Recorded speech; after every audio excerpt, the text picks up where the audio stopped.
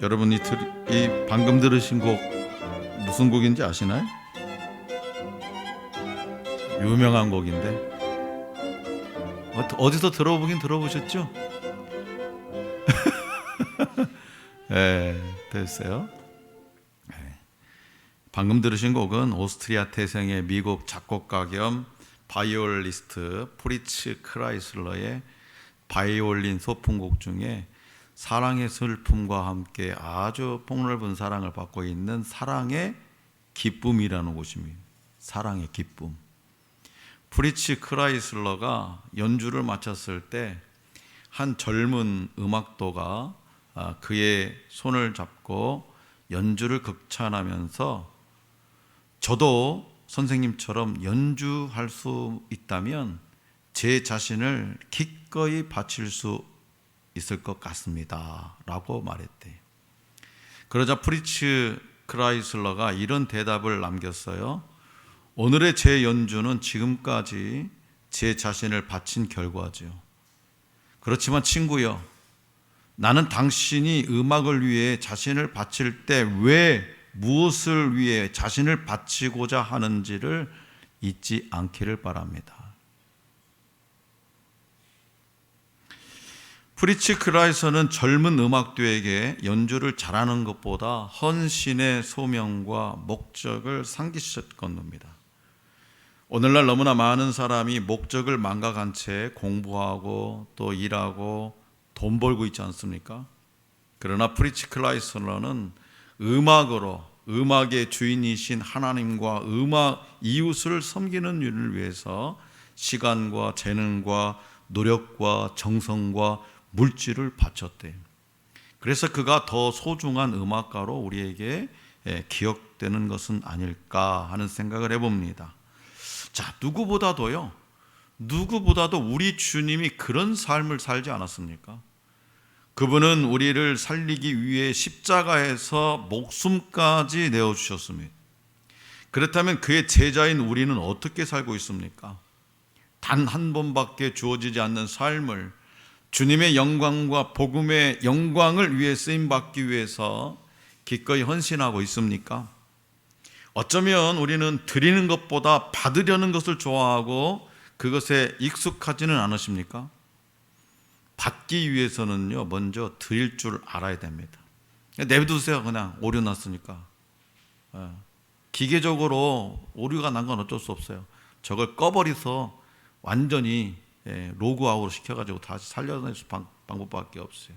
놔두세요. 그냥. 목소리는 잘 나갈 거예요. 받기 위해서는요, 먼저 드릴 줄 알아야 된다는 거예요.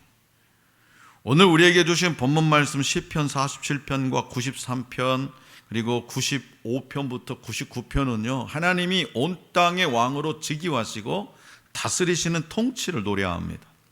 47편은 역사적 배경과 관련해서 유다 히스기야 왕 때 아수르의 사네립이 예루살렘을 침공한 사건과 관련 있다고 보기도 하고 메시아의 도래를 꿈꾸는 어떤 시인의 작품이라고 보기도 합니다. 또 이 시가 여호와 하나님의 절기를 기념하는 의식에 사용되었다고 주장하는 이들도 있습니다. 시편 47편은 내용상 1절에서부터 5절과 6절에서부터 9절로 나눌 수 있습니다. 그러니까 1절과 6, 7절은요 찬송하라 라고 반복해서 명령합니다. 찬송하라. 2절과 7절은 하나님을 찬송할 이유, 즉 하나님이 온 땅의 왕이심을 밝히죠. 3절부터 4절과 8절과 9절은 왕이신 하나님이 행하신 일을 말하고 5절과 9절 후반부에서는 하나님이 높임을 받으시는 것으로 마무리합니다. 그러니까 두 부분은요 비슷한 구조를 반복하면서도 1절부터 5절은 야곱의 하나님이 이스라엘에게 가나안 땅을 기업으로 주신 일을 찬양하고 6절부터 9절은 거룩한 보좌에 앉아서 뭇 백성을 통치하시는 모습을 찬양함으로써 그 폭을 확대하셨다는 거예요. 그리고 47편에는 하나님이 7번, 여호와가 3번 언급되는데요. 학자들은 이렇게 하나님의 이름을 10번 사용한 것은 그분의 통치가 완전하고 그분께 드리는 찬송도 완전함을 암시하는 것이라고 이렇게 해석하고 있습니다. 성도 여러분, 하나님은요, 우리의 찬양을 받기를 원하세요. 우리의 찬양을 받기를 원하세요. 네. 오늘 우리 김유곤 집사님 친구분이요, 40년 전에 두 분이서 같은 교회도 다니지 않았는데 하여튼 어떻게 둘이서 듀엣을 한 추억이 있대요. 그러니까 둘이서 그때 추억이 너무 서로 좋았다라는 거예요. 둘이서. 그 뒤로는 한 번도 그 뒤로는 한 적이 없죠. 그러다가 40년 세월이 흘러가지고 다시 한번 그렇게 옛날 추억을 떠올리면서 정말 하나님 앞에 마음을 다해서 찬양 한번 해보자. 이렇게 해서 오늘 함께 찬양을 드렸는데 여러분 어땠어요? 너무 좋죠. 네, 그래서 평균 한 달에 한 번 정도는 꼭 해주시기를. 하나님께서 원하신다. 박 목사가 원하는 게 아니라. 왜? 하나님은 우리의 찬양을 받기를 원하시는 분이기 때문에. 사람 귀에 듣기 좋은 것이 아니라 이 찬양은 하나님이 원하시는 것. 그래서 우리의 찬양은 단순히 듣기 좋은 음악이 아니라는 거예요. 하나님을 향한 신앙의 고백입니다. 하나님을 향한 믿음의 고백입니다. 자, 그렇다면 시편 기자는 왕이신 하나님을 어떻게 찬양하라고 명령하고 있을까요? 자, 본문 말씀 1절과 그 다음에 5절에서 7절을 다 같이 받들겠습니다. 먼저 1절 시작.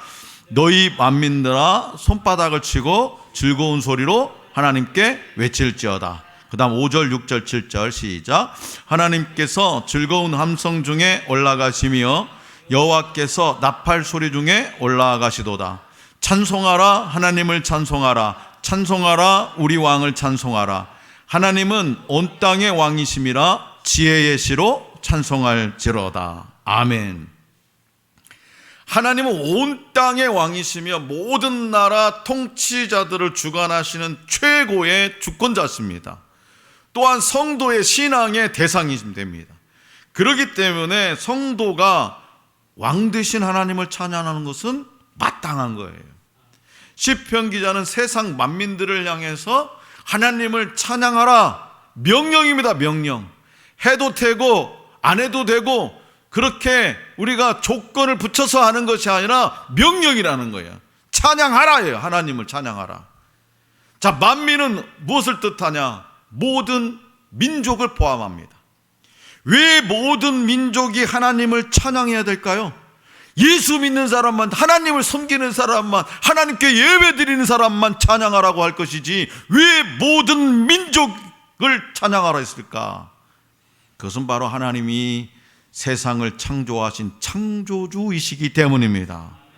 또한 시편 기자는 1절에서 하나님을 향한 찬양을 하나님께 외칠지어다 라고 표현하고요, 6절에서 7절에서는 하나님을 찬송하라라는 명령을 5번이나, 한 번도 아니고 5번이나 언급하면서 강조를 하고 있어요.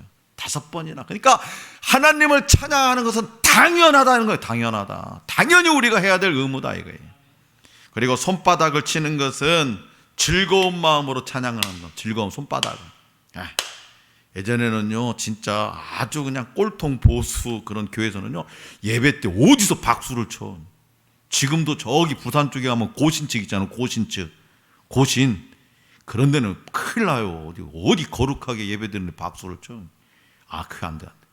그 뭔데 뭐예요? 성경에 기록되어 있잖아요. 손바닥을 치라. 그래서 손바닥을 치는 것은 즐거운 마음으로 찬양하는 것을 말합니다. 그리고 손바닥을 치는 것은 박자에 맞추어 박수를 치는 것뿐만 아니라 모두 일어선 채로 박수 갈채를 보내는 거예요. 우리나라는 정서적으로 문화적으로 그게 익숙지가 않아요. 그런데요 미국만 가도요 찬양대가 찬양을 하면요 성도들이 막 번쩍 일어나고, 이건 뭐냐? 하나님께 영광을 돌리는 거예요. 시상식에서 최고의 영예를 수상한 사람에게 모두 일어나서 끊임없이 박수를 보내듯이 하나님께 드리는 박수 갈채도 하나님을 찬양하는 한 방법으로 하나님을 즐거워하고 그분을 기뻐하는 데 목적이 있다요. 여러분도 찬양 드릴 때에 이 박수 치는 것을 너무 인색하게 생각하지 말라, 부끄럽게 생각하지 말라요. 그 자체가 나는 하나님을 찬양 안 하겠습니다, 그거예요. 나는 하나님을 찬양 안 하겠습니다.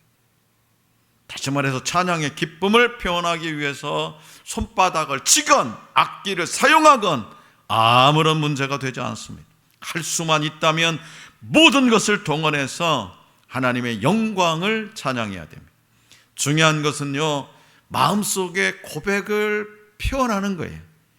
우리는 하나님의 법궤 앞에서 춤추고 찬양한 다윗을 본받아서 하나님의 위대하심과 전능하심을 온 땅에 선포하면서 노래해야 됩니다. 5절에서 하나님은 왕을 향해 환호하는 기쁨의 함성과 왕으로 좌정하심을 알리는 나팔 소리와 함께 시온에 오르셨습니다. 즐거운 함성과 나팔 소리는요, 하나님과 백성이 만나는 제2와 축제 때 들을 수 있는 소리입니다. 와! 나팔은요, 여러 종류가 있어요. 제사장이 연주하는 악기로 하나님을 찬양할 때 거의 빠지지 않고 연주되는 것이 뭐냐? 나팔이. 찬양 속의 나팔은 대개 하나님의 임재를 의미합니다. 또한 7절에서 지혜의 시로 찬양하라 라는 것은요, 하나님이 왕이 되신다는 사실을 바르게 인식하고 두렵고 떨림으로 정성스럽게 찬양하라, 그런 뜻이에요. 지혜의 시로 찬양하라. 하나님이 누구냐? 하나님이 어떤 분인지를 올바르게 인식하고 두렵고 떨림으로 정성스럽게 찬양하라. 한 번 찬양하는 것에 그치지 말고 반복해서 찬양해야 한다라는 거예요. 다시 말해서 사람들이 인정하든 인정하지 않든, 사람들이 알아주든 알아주지 못하든, 사람들이 오늘은 별로 은혜가 되니 안 되니 그런 얘기를 듣든 안 듣든 아무런 상관이 없습니다. 하나님이 창조주시라는 사실은 변함없는 진리입니다. 그렇기 때문에 하나님은 어떤 분인지, 어떤 일을 행하셨고 얼마나 위대하신 분인지를 지혜의 말로 고백하면서 노래해야 됩니다. 이렇게 환호와 함성을 지르며 손바닥을 치며 나팔을 부는 등 모든 것을 사용하여 드리는 이스라엘 백성의 찬양은 온 세상을 향해 진정한 왕이 누구신지를 선포하는 겁니다. 자, 그렇다면 여러분들은요, 예배와 찬양 중에 손뼉을 치는 것과 환호와 그리고 함성을 지르는 것에 대해서 어떻게 생각하십니까? 대체적으로 우리는 막 환호나 함성은 노래할 때 잘 안 해요. 근데 아프리카 오후 예배 때 제가 이제 볼 건데, 아프리카에서 찬양할 때는요, 이렇게 계속 합니다. 환호를 질러요.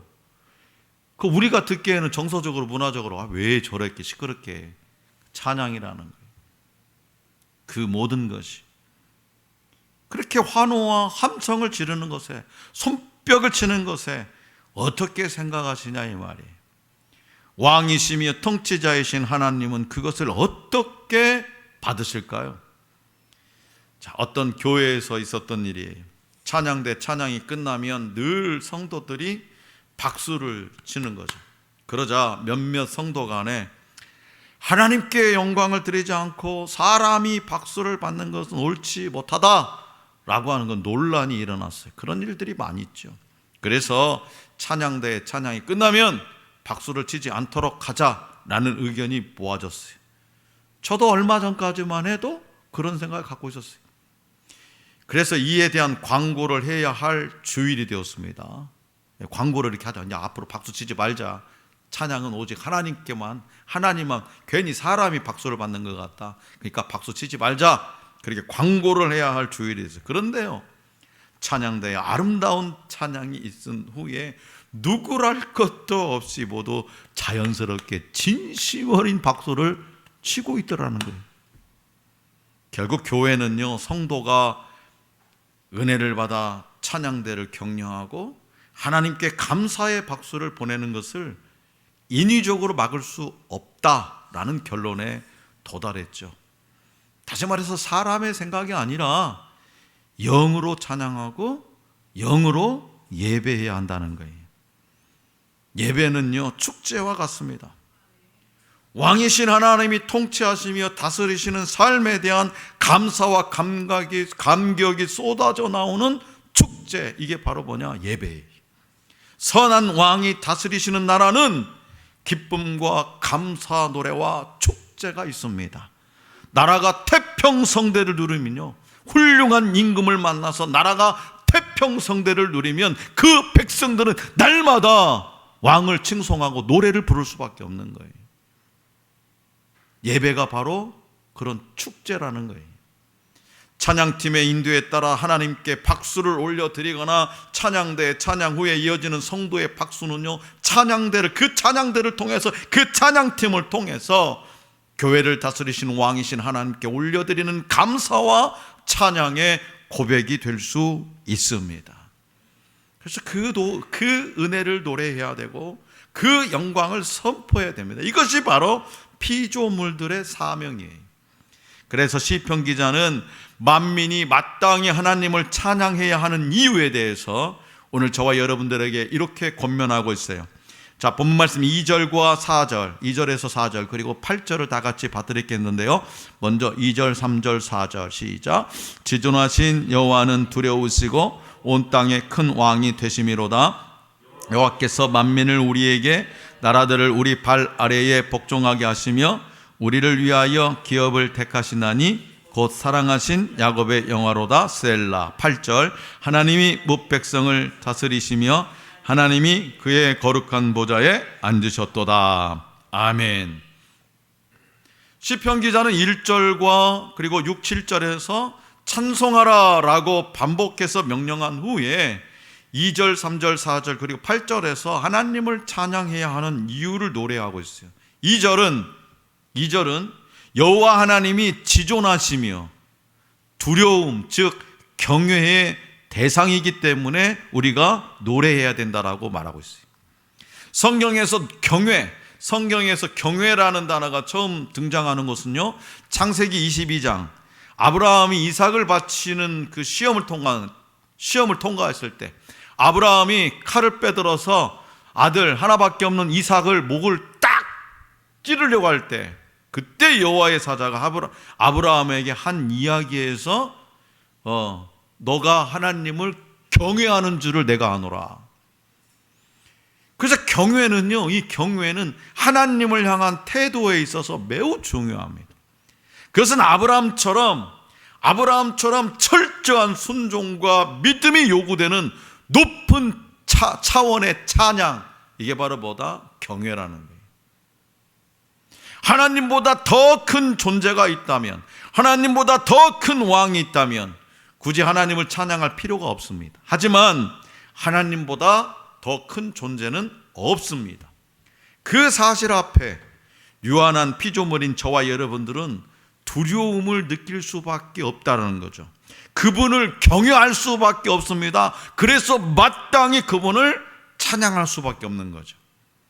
3절에서 나라들을 우리 발 아래에 복종하게 하시며 라는 구절은요, 그 구절을 근거로 47편의 배경을 유다 히스기야 왕 때 아수르의 사네립이 예루살렘을 침공한 사건과 관련이 있다고 보는 학자들이 있습니다. 히스기야 왕 때 하나님은 오만한 아수르를 징계하시기 위해서 여호와의 사자를 보내서 하룻밤 사이에 아수르 군대 18만 5천 명을 죽이셨죠. 하나님은 이스라엘이 더 강한 나라와 민족에게 승리하게 하셨다라는 거예요. 왜요? 이스라엘 어떤 백성이에요? 하나님을 찬송하는 백성이에요. 하나님을 찬양하는 백성이에요. 그 이스라엘보다 더 강한 나라보다도 승리하게 하신다는 거예요. 오늘을 살아가는 저와 여러분들도요, 삶의 순간마다 이러한 승리를 맛보면서 예수 그리스도 안에서 궁극적인 승리를 누리게 될 줄로 믿습니다. 자, 그렇기 때문에 우리의 찬양은, 오늘 저와 여러분들의 찬양은 치열한 삶의 전쟁터에서 부르는 승전가예요. 승전가. 우리 한국교회가 이렇게 부흥성장했어요. 우리 한국이 정말 한강의 기적을 이루었어요. 세계 곳곳을 나가보면 우리 대한민국이 얼마나 잘 살고 있는지를 아주 뼛속 깊이 깨닫게 된다고 그래요. 자, 왜 이렇게 됐을까? 저는 다른 거 다 집어치우고 우리의 어머니들이, 우리 할머니들이 일을 하면서 밭을 매면서 논밭을 가꾸면서 막 산업 현장에서 일하면서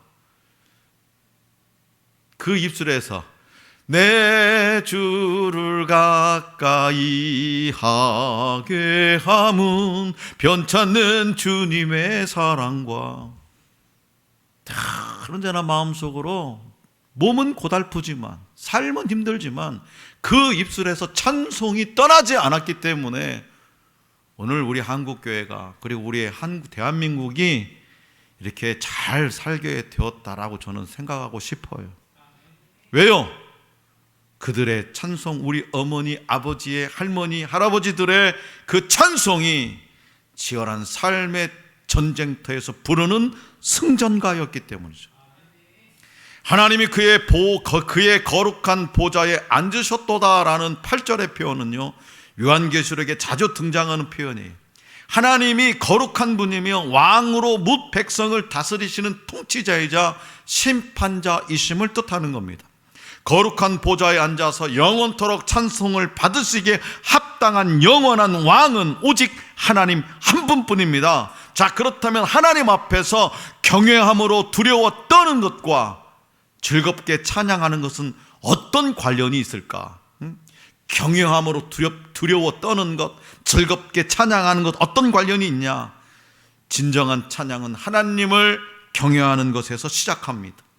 하나님은 사랑의 하나님이시고 또한 공의의 하나님이세요. 온 땅을 다스리시고 만물을 우리의 발 아래 두시는 하나님은 두려우신 하나님이십니다. 그 두려움은요, 공포가 아니라 온전한 믿음과 사랑을 동반하는 경외함이에요. 그렇기 때문에 하나님을 두려워하면 다른 아무것도 두려워하지 않게 되나, 그분을 두려워하지 않으면 다른 모든 것을 두려워하게 됩니다. 온 땅을 다스리시며 문나라의 고관들을 모이게 하시는 하나님 앞에서 손바닥을 치고 나팔을 불며 즐거운 소리와 함성을 외칠 수 있는 것은 진정으로 하나님을 경외할 때만 가능하다라는 거예요. 경외함이 없는 찬양은 큰 소리를 치며 온갖 악기를 동원해도 빈 수레와 같습니다. 그렇기 때문에 하나님 앞에 예배 드릴 때마다 진정한 경외함에서 비롯되는 찬양이 회복되도록 오늘 저와 여러분들은 기도해야 될 줄로 믿습니다. 다윗은요, 소년 때 기름 부음을 받고 또 왕의 사위가 되고 전쟁에서 승리해서 많은 사람에게 칭송받는 삶을 살았지만 그 이후 15년 동안 도망자 신세로 살았어요. 다윗이 자신을 죽이려는 사울에 대한 두려움을 가지고 있던 다윗은요, 자신이 죽인 골리앗의 칼을 가지고 블레셋 가드 왕 아기스에게 몸을 피하러 갔습니다. 이는 사울을 피하기 위해 스스로 선택한 길이었죠. 하지만 그곳은 골리앗의 동네였고요, 다윗을 원수같이 여기며 그를 기억하는 사람들이 있는 곳이었어요. 그곳에서 그는 정체가 탈로 나자, 골리앗을 죽인 사람이라고 정체가 탈로 나자 오직 목숨을 부지하기 위해서 미친 척을 하는 상황까지 오게 됩니다. 간신히 아굴람 굴로 도망친 이 비참한 순간을 통해서 다윗은 자신의 힘과 명철, 권력자를 의지하는 것은 그 끝이 비참한 뿐이고 하나님을 찾고 의지해야 한다는 것을 뼈저리게 깨닫게 되는 거죠. 다시 말해서 인생의 가장 힘든 고난의 시간이 다윗에게는 하나님을 찾고 의지하며 살아계신 하나님을 가장 깊이 만나는 시간, 즉 여호와를 경외하는 시간이 되었던 거예요. 사랑하는 성도 여러분, 우리가 살아가는 세상은 쉽지 않습니다. 만만치 않아요. 세상살이는 힘들고 괴롭습니다. 요즘은요, 우리가 생각지 못한 자연재해가요 여기저기서 벌어지고 있어요. 폭염으로 남극의 세상에 비가 내리고 있답니다. 지구 종말의 신호탄이랍니다. 지구 멸종에 남극에 비가 내린대요. 어제 여러분도 문자 많이 받아 알겠지만 우리 가까운 장수에서 지진이 났대요. 세계 여러 곳에서 홍수와 폭염으로 사람들이 죽어나가고 있습니다. 세상살이는 힘들고 괴로워요. 환경과 문제, 사람이 우리 인생을 위협하는 것처럼 느낄 때가 많아요. 묻지마 그런 살인사건도 많이 일어나고 폭력도 일어나고 전쟁도 있고 염려와 근심, 걱정이 우리를 삼키려고 하는 그때에 우리는 찬양이 하나님이 주신 위대한 선물이라는 사실을 경험할 수 있어요. 여러분 힘들 때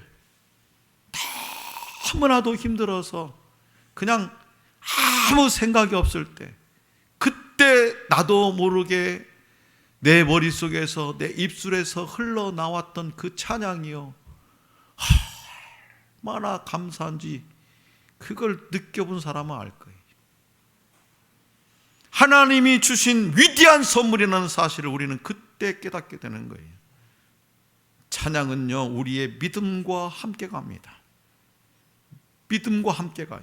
구원의 하나님을 믿는 사람은 심판하실 주님을 찬양할 수 있습니다. 우상의 헛됨을 깨달은 사람만이 하나님이 가장 위대하시다고 노래할 수 있습니다. 시편 기자는 이렇게 외쳐요. 찬송하라, 하나님을 찬송하라, 찬송하라, 우리 왕을 찬송하라. 시편 기자는 온 땅의 왕이시며 만민을 다스리시고 최고 주권자이신 하나님을 찬양하라고 오늘 또 저와 여러분들을 예배 자리에 초청하셨습니다. 예배는 하나님의 다스림에 대한 반응이자 감사와 감격으로 드리는 축제입니다. 손뼉을 치는 것과 환호와 함성을 지르는 것, 그리고 여러 악기와 몸찬양 등도 하나님께 올려드리는 감사와 찬양의 고백이 됩니다. 다시 말해서 그분을 찬양하는 방법이나 도구는 정해져 있는 것이 아니라는 거예요. 다양한 방법과 다양한 도구를 가지고 얼마든지 하나님을 찬양할 수 있습니다. 우리의 몸은 물론이고 소리를 낼 수 있는 모든 것들은 하나님을 찬송하는 훌륭한 악기가 될 수 있습니다. 또한 온전한 예배는 하나님을 경외함과 즐거움이 공존합니다. 온 땅을 다스리시고 만민을 우리 발 아래 두신 하나님은 두려우신 분입니다. 그러나 그 두려움은 공포가 아니라 온전한 믿음과 사랑을 동반합니다. 하나님을 참되게 경외하는 사람은 신뢰와 사랑에 기초한 온전한 예배를 드릴 수 있습니다. 그리고 거룩하신 하나님께 거룩함으로 화답하고 찬양합니다. 거룩한 삶이 하나님께 합당한 찬양이고 영적 예배가 되는 거예요.